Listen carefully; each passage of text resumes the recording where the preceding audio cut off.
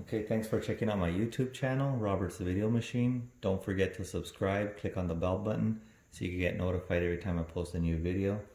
And in this video, we're going to be doing an unboxing of a Samsung Galaxy S9 battery. And this is a repair kit because the battery went bad on the Galaxy that I have. And inside it has the battery that's going to be the replacement for the S9, but it also has the tools. So this is the sticking thing that would go back because you have to open up the phone.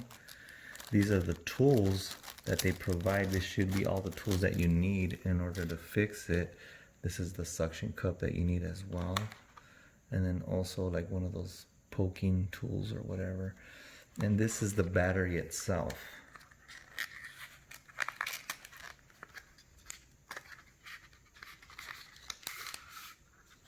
Okay, well, it is brand new, so at least it's inside of a